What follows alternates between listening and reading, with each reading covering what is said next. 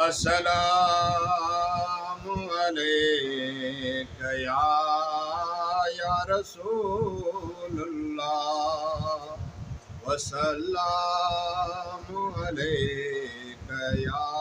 या हबीबल्लाह।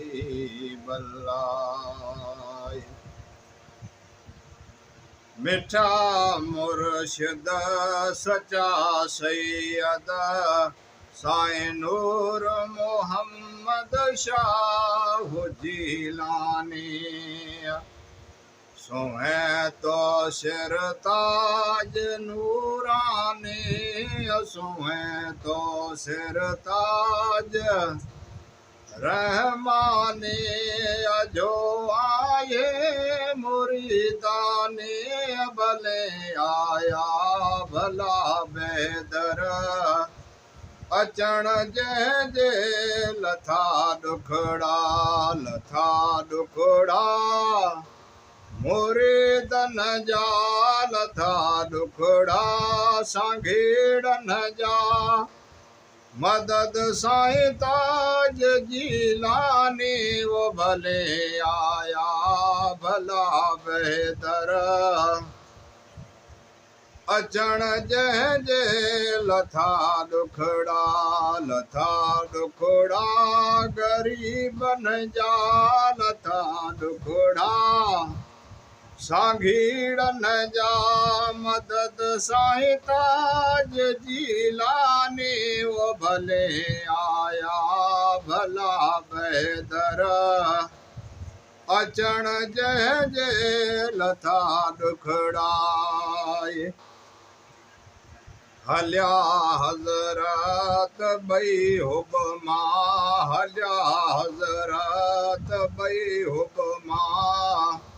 अची पहुता मुल्क थर में लखे थोरा उथरियन थे लखे थोरा उथरियन थे मदद साईं ताज जीलानी वो भले आया भला बेदर अचण जे लथा दुखड़ा रख्याई ताज बावन थे रख्याई ताज बावन थे नवाजे नजर नूरानी वो भले आया भला बेदर अचण जे लथा दुखड़ा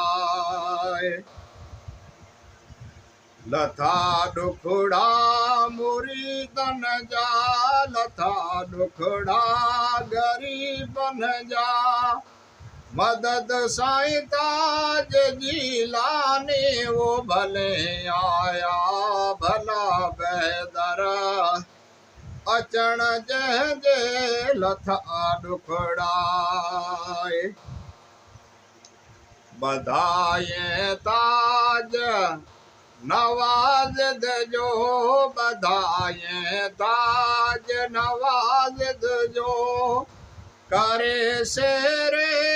हिंदुस्तानी भले आया भला बेदर अचण जे लथा दुखड़ा मुरीदन जा लथा दुखड़ा सांघीड़न जा मदद साईं ताज जीलानी वो भले आया भला बेदर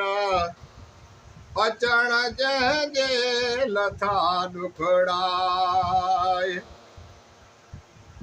कुर्बान साली आए हेणो कुर्बान साली आए हेणो अज दर थे सदा पिनणो नवाज़ो दीन दुनिया में नवाज़ो दीन दुनिया में मुखे इज्जत खा ईमानी वो भले आया। भला बेदर अचण जंहिंजे लथा ॾुखड़ा